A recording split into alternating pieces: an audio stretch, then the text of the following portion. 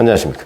2024년 1월 2일 최병무의 팩트 시작하겠습니다. 동아일보가 리서치에 의뢰해서 조사한 결과는 여러 가지가 있습니다. 그 중에서 메가시티 서울, 이거는 10월에 김기현 당시 국민의힘 대표가 김포시를 서울시로 편입하자 하는 제안을 하면서 불이 붙었었죠. 그러다 보니까 이제 서울 주변에 있는 기초자치단체 이런 데가 다 들썩였습니다. 김포시는 물론이고요. 그러면 그런 데의 여론은 어떻게 형성됐을까?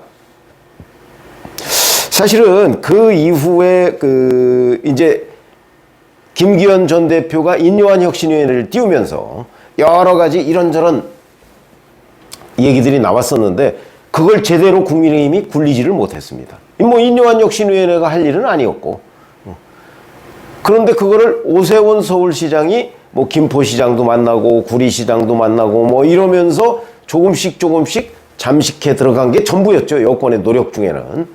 자, 그런데 그래서 만약에 그게 계속 지속됐다면 그 일대의 여론이 지금보다 훨씬 더 좋아지지 않았을까.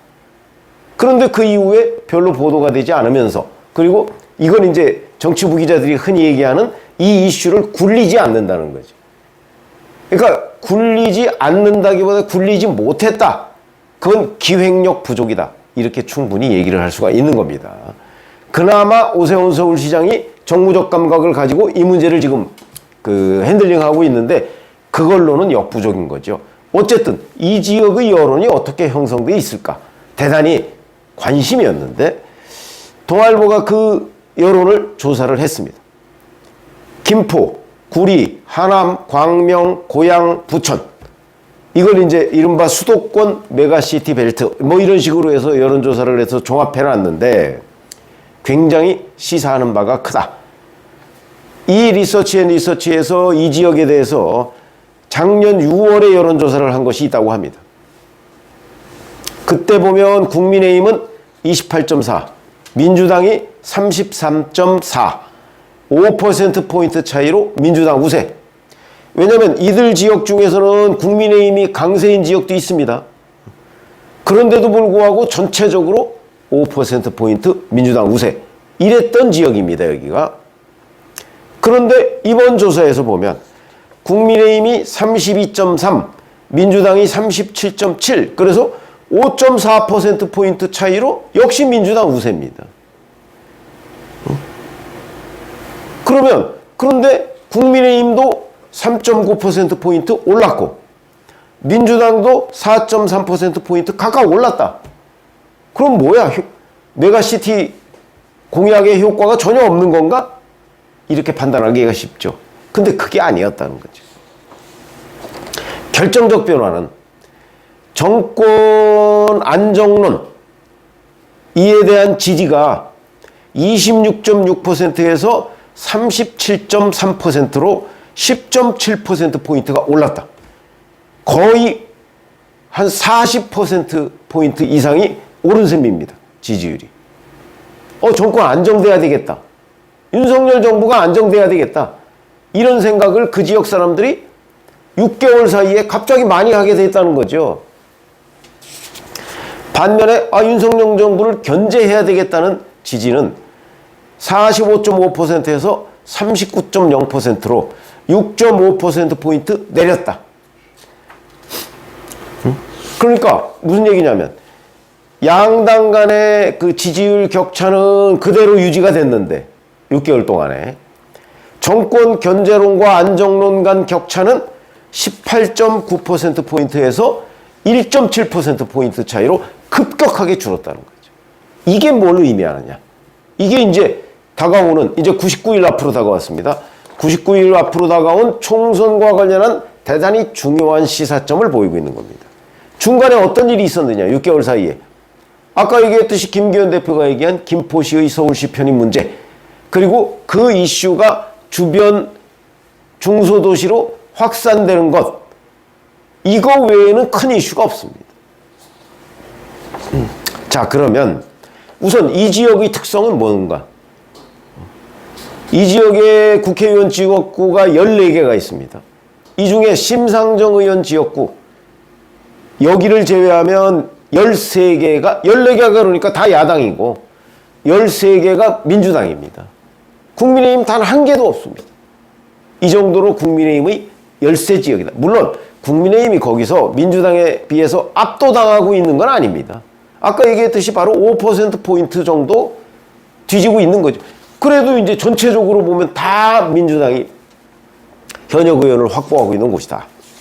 그러니까 국민의힘의 절대 불리한 지역 벨트다. 이렇게 충분히 얘기를 할 수가 있는 대목인데, 그러면 국민의힘과 민주당의 지지율이 각각 왜 상승했느냐?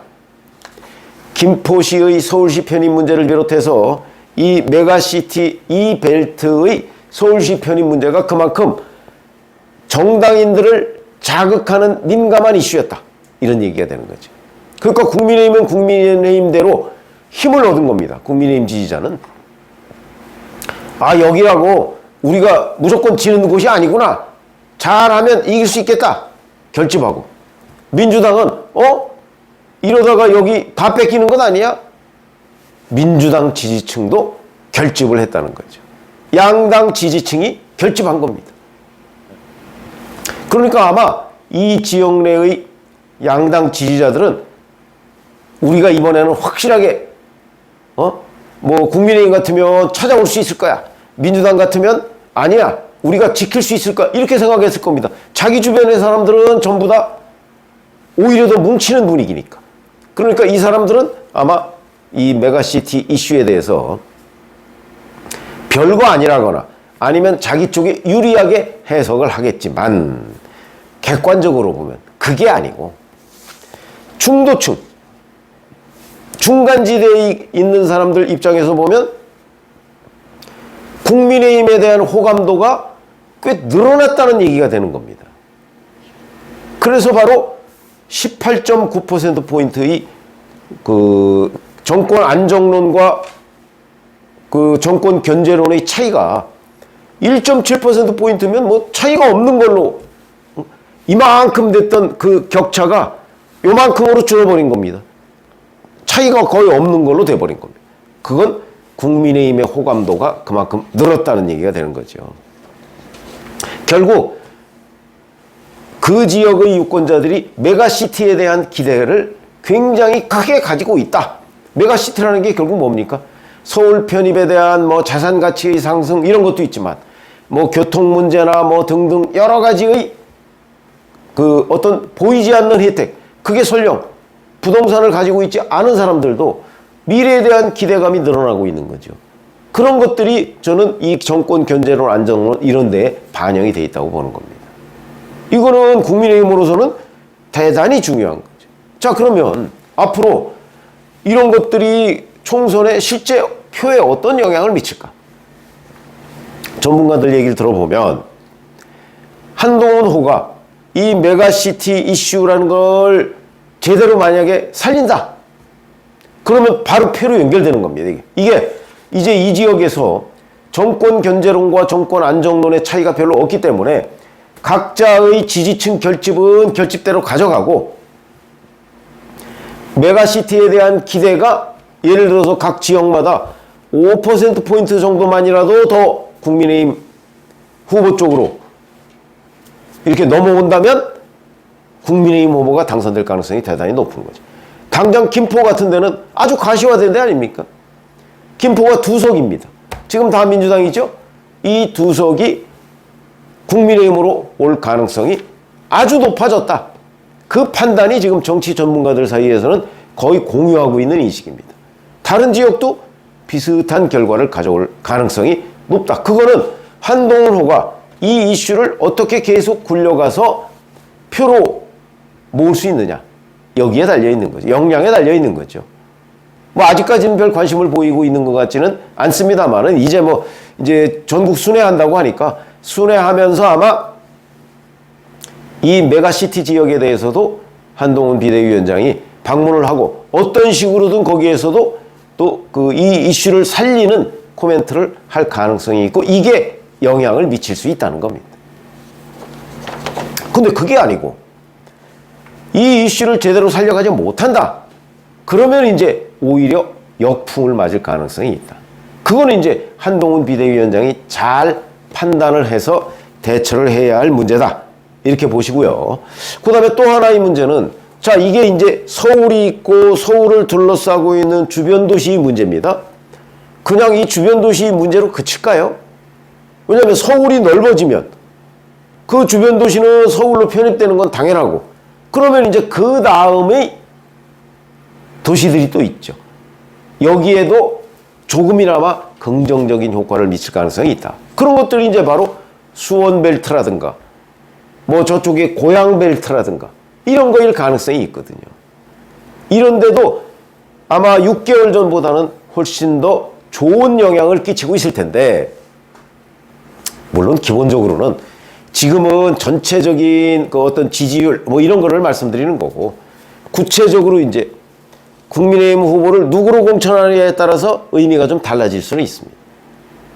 왜냐하면 국민의힘은 좋은데 후보는 싫다 뭐 이런 경우도 있을 수 있고, 반면에 이제 민주당 공천은 또 그런 지역에서 이제 친명 원외들이 도전하는 경우가 대단히 많거든요.